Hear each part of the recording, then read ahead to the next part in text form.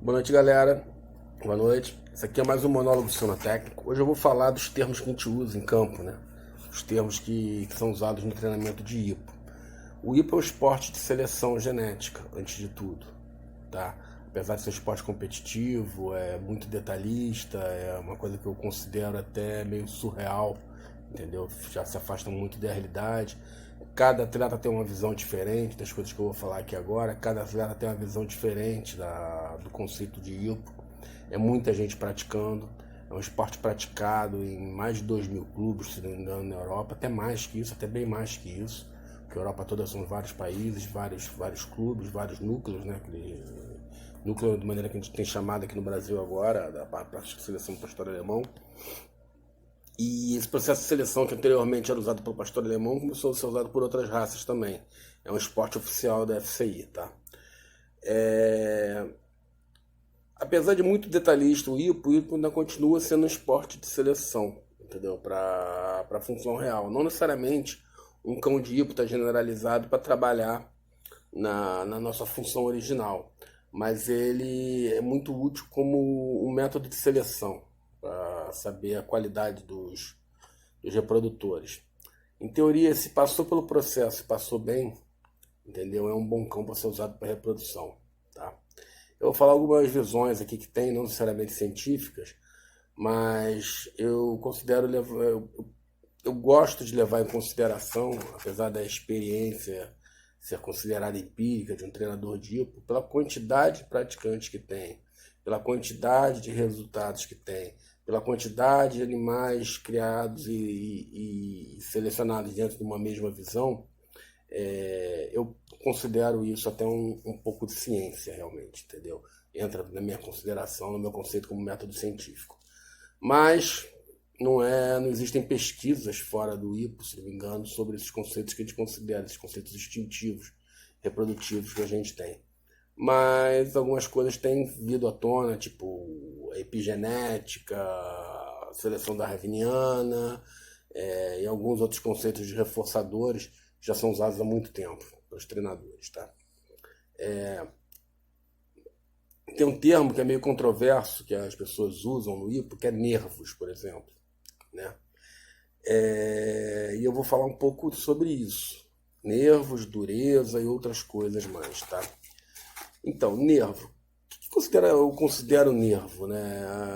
Cada um vai dizer uma coisa diferente. Como assim, como é que eu vou mensurar o nervo de um cão, né? Eu praticamente digo que é como o emocional desse cão age em determinadas situações, né? Como ele responde a situações de estresse, a situações no qual ele possa reconhecer um perigo, como ele lida, que tipo de emoção ele apresenta, tá? Tem cães que absorvem, tem cães que explodem, tem cães que ficam estáveis, tem cães que cagam solenemente para aquilo que está acontecendo, entendeu? Então, eu vou tentar passar um pouco aqui do que eu escrevi na apostila e espero que vocês concordem, né? A maioria das pessoas não vão concordar, mas eu espero que vocês concordem. Bons nervos são cruciais na estrutura psicológica de um bom cão e é caracterizado pela capacidade do cão assimilar e responder bem a todos os estímulos apresentados pelo ambiente. As emoções fluem gradualmente, sem que o cão exiba algum sinal de descontrole emocional. A explicação mais ou menos que eu dou quando eu dou aula, sabe aquele urso do pica-pau que pira? Que fica totalmente instável, não sabe lidar com aquilo? Então, por exemplo, numa situação de insegurança, um cachorro com bons nervos, ele vai saber lidar com aquela situação, ele vai procurar uma saída, ele vai aprender com aquilo. Ele não vai apresentar reações rápidas, nervosas, o pessoal chama de avoidance, uma dança, né? Tipo de vai e não volta, não sabe o que quer, fuga, agressão, fuga, ele tem capacidade de aprender em situações estressantes, um cão com nervos, né? Alguns testes são comuns, né, para ver quando o cão tem um bom nervo ou não, por exemplo, estampido, né? As pessoas falam, fogos, meus cães, alguns aqui cagam para fogos. A maioria, aliás, dos meus cães cagam para fogos, tá? Eles têm um emocional bom para isso. Chicote, estalo de chicote, de como o cão reage, como o cão lida com o estresse, como o cão lida com a pressão, como o cão lida com cada ambiente novo, com cada estímulo novo. Entendeu? Geralmente um cão com bons nervos, ele absorve melhor isso ou até mesmo ignora isso. As coisas não dão uma resposta imediata. Ele tem tempo de aprender, né? As emoções fluem gradualmente sem que o cão exiba sinal algum de descontrole emocional, mantendo-se estável, permitindo maior autocontrole, facilitando o aprendizado e a solução de problemas. Sensibilidade aos sons altos, estampidos, caracteriza instabilidade emocional. E essa instabilidade sempre vai atrapalhar. E as emoções muito extremas podem gerar um total descontrole. Um cão com bons nervos não se descontrola, tem capacidade maior de interpretar e lidar com os problemas, se mantém estável em qualquer situação nova.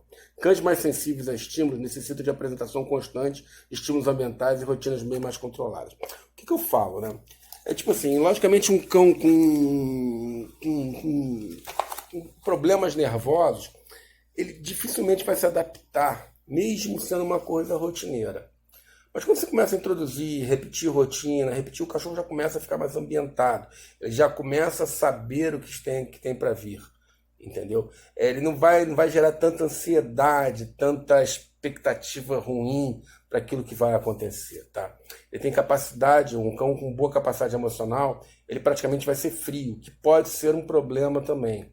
Por exemplo, para um cão de guarda, é ideal que os estímulos criem uma reação nele. Então, de repente, tem que ser um cão que a gente considera um cão nervosinho, entendeu? Tem que ser um pouco reativo, tá? Não pode. Um cão muito frio, um cão com nervos muito fortes, toda hora provavelmente você vai ter que estimular, você vai ter que saber trabalhar esse cão para manter a emoção dele, entendeu? Ou você vai ter que usar outros tipos de trabalho ou ele tem que ter outras qualidades emocionais para fazer aquilo. Aquele trabalho sobressair, o trabalho melhorar, o trabalho tomar uma magnitude que você queira, tá? O que eu faço? Quando eu tenho um cão mais nervoso, eu repito bem o ambiente, eu utilizo, por exemplo, mais o drive de caça, entendeu? Eu tento não usar tanta defesa, entendeu? Porque eu sei que ele vai ser reativo, eu sei que aquelas coisas vão vir mais rápidas. Então eu tento fazer aquilo tudo uma experiência agradável para ele, uma experiência de jogo, de brincadeira, mais próxima de jogo e brincadeira do que uma coisa visceral para não explodir o cérebro dele. Então, explodir é o termo que eu digo, não entrar em uma coisa de descontrole. Então, geralmente um cão mais nervoso, repetição de rotina. Com um cão mais frio, sempre novo, sempre inesperado, sempre algo que faça ele crescer, que ele tenha prazer e tenha uma expectativa de algo que possa gerar um desafio para ele, entendeu? Então, pelo menos é isso que eu acredito, tá? Mesmo na obediência, mesmo na proteção, né? No faro não, o faro já é uma coisa que você tem que tomar cuidado, entendeu? Mas dá para trabalhar bem. Um cão nervoso em faro é onde você vê uma qualidade nervosa, ele tem que ser bem tenaz, ele tem que ser bem intenso, ele tem que ser bem calmo, entendeu? Então você tem que ver direitinho o que você está fazendo num cão de faro para não gerar muita expectativa, muita loucura, entendeu? Uma coisa que pode ter problema. Eu acredito muito que a caça ajude muito num cão nervoso, né? Você tem que ter um comportamento de presa, porque a presa ajuda muito nessa hora. Isso eu vou explicar em outra situação, quando eu estiver falando de presa. Dureza, né? Dureza, esse é outro termo que a gente usa em hipo, né? É um termo também que abre muita discussão, cada um vê de maneira diferente, né?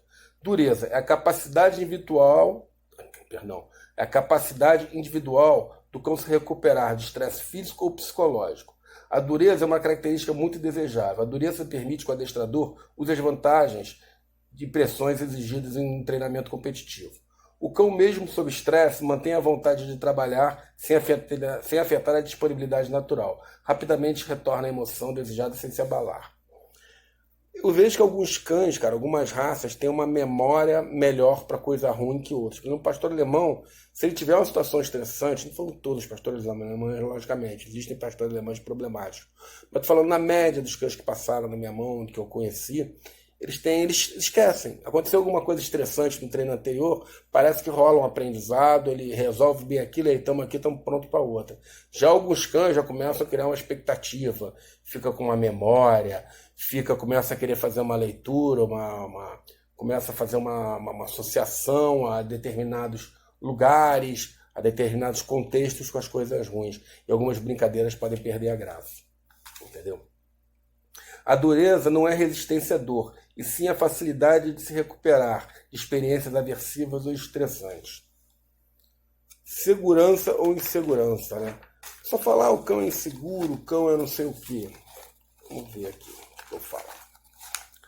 A segurança é relacionada à quantidade de estresse psicológico, não estresse físico, que o cão pode suportar até apresentar as respostas relacionadas à defesa da vida. Tá?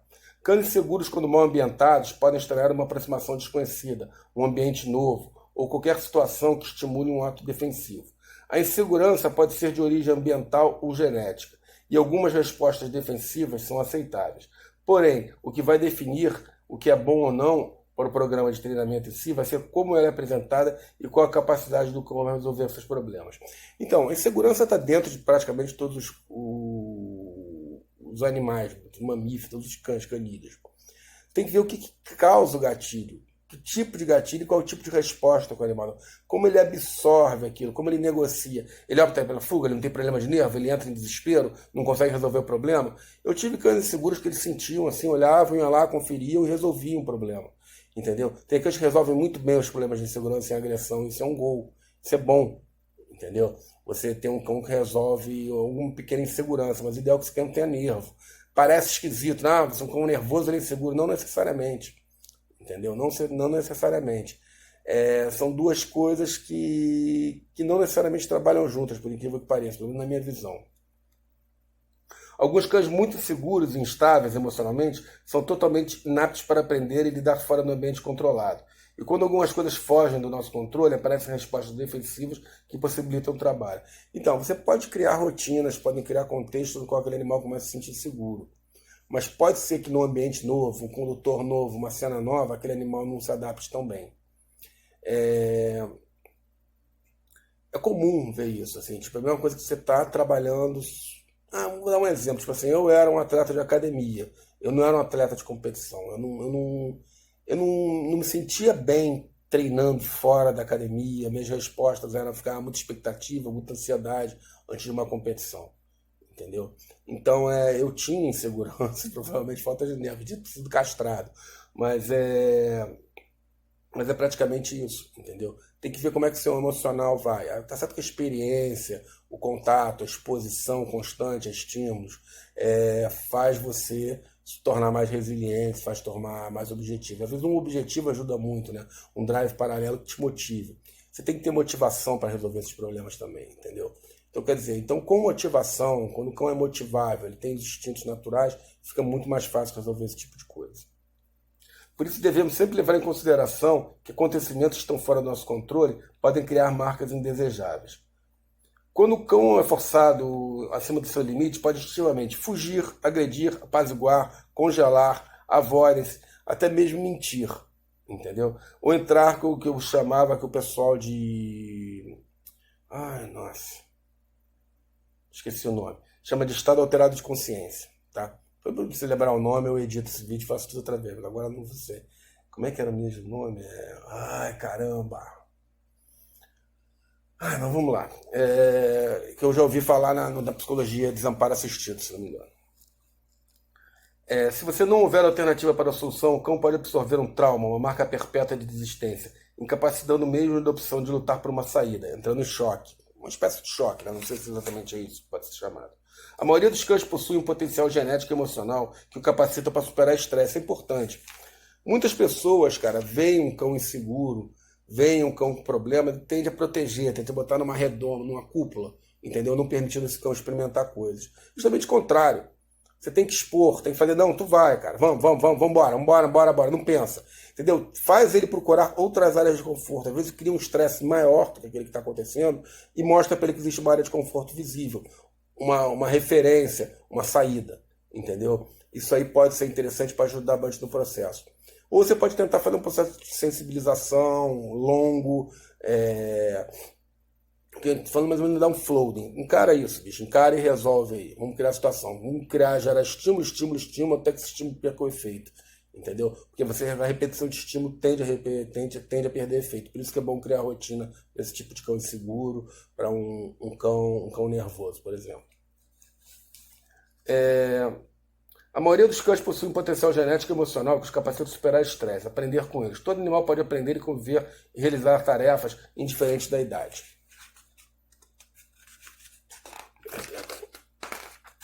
Ai, caramba. Ai, caramba. Não há técnica que não tenha resultado se não houver a respeito dos limites individuais. Isso é importante também. Logicamente, estou falando isso, mas você tem que ver o limite individual do cão e se ele nasceu para aquilo, né? Porque às vezes você querer forçar a barra num objetivo que você sabe que aquele cão não vai superar porque não tem genética para aquilo, você vai criar um problema para o cão, você vai diminuindo a qualidade de vida dele. Aí já sai da área do bem-estar, né? Um cão que não sente, que gosta de trabalhar, você pode causar estresse à vontade para ele, que ele vai superar e aquilo vira um desafio. Aquilo vira um tempero. Ele vai adorar usar os instintos para resolver aqueles problemas e vai dar força para ele, como um videogame radical, um esporte radical. Animais que não possuem aptidão natural devem ter a natureza respeitada e preservada. Muitas vezes é necessário um preparo psicológico prévio, para que só assim possamos reforçar os comportamentos desejados sem que os fatores externos interfiram danosamente. Dessensibilizar o animal pode ser mais importante que o próprio treinamento em si, isso é importante, pois pode ser muito difícil que o cão adote emoções desejadas a determinados tipos de estímulo, tornando impossível o aprendizado. Isso eu vejo muito, né? O pessoal que teima e dizer que só existe reforço positivo, só reforço positivo funciona. Um cão em estresse, um cão extremamente inseguro, ele vai optar pela defesa da vida. E, geralmente a defesa da vida não permite que ele entre em nenhum outro instinto mais baixo que isso. Entendeu? Se quando tiver uma caça muito forte, um drive de comida muito forte, talvez você consiga. Aí você vai privar aquele animal de alimentação para tentar fazer ele ficar motivado. Muitas vezes já vi animal, em situação de estresse, cuspir a comida. Não quero comida. E é capaz, se for mal apresentada a comida numa situação estressante, aquele animal não querer mais comer. Entendeu? Porque está associado com uma cena, com um conceito ruim, com um contexto ruim. Então toma muito cuidado. Às vezes é melhor resolver os problemas do animal dando um flooding, expondo ele à situação. Aí muita gente diz, tadinho, ele tá querendo fugir, fica maltratando ele. Não. Eu tô querendo mostrar que aquela saída, que aquele comportamento não me interessa. É uma espécie de arremento. Quando ele tiver no comportamento legal, ele vai ter o conforto, vai ter o afago. Se o animal foge, ele opta por fuga, pula no teu colo, se esconde debaixo de uma cama, tirar ele dali pode ser perigoso. Mas muitas vezes é necessário tirar ele, não permitir o comportamento de fuga para que ele aprenda a superar, porque a fuga resolve todos os problemas.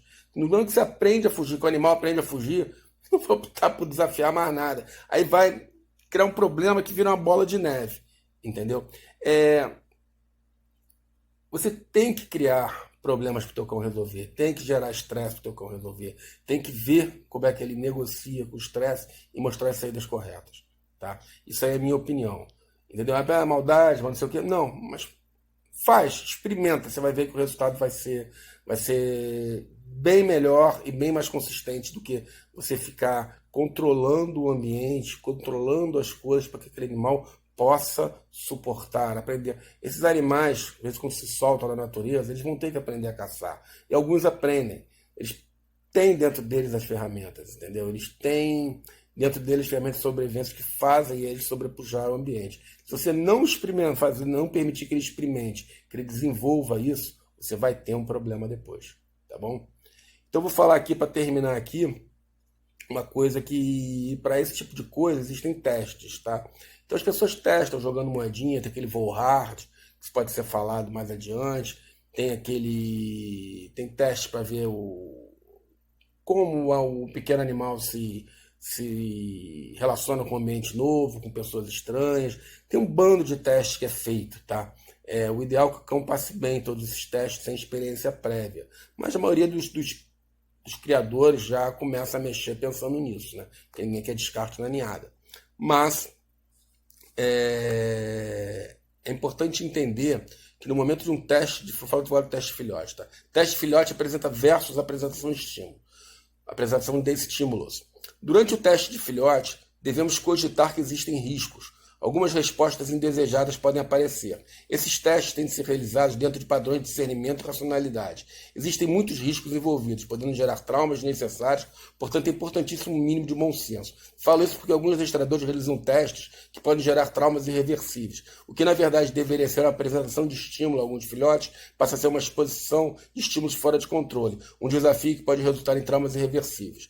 Só se apresenta estímulos ambientais tendo controle de todas as variantes possíveis, favorecendo sempre o filhote. Tá? Isso aqui é a minha opinião. Se você quiser liberar teste no teu canil, se quiser liberar... não posso testar? Não. No meu canil, por exemplo, eu escolho os filhotes e digo para o filhote que vai ser, para quem que vai ser. Se você não acha correto isso, sem problema, vai ter algum canil que vai fazer aquilo que você quer. Mas eu estou observando o filhote, a origem do filhote, desde o desenvolvimento do filhote. Eles mudam a cada dia. Às vezes no dia de teste tem um filhote que era muito melhor, não está bem naquele dia, aí outro sobrepai, no dia seguinte muda tudo, entendeu? Então é muito complicado você falar de teste de filhote, entendeu? É muito complicado. Já vi bons cães que se tornaram cães normais e cães que eram fracos se tornaram super cães com, não necessariamente com manejo, mas quando afloram os instintos. Tá bom, gente? Então, depois eu falo um pouco mais. Tchau, tchau.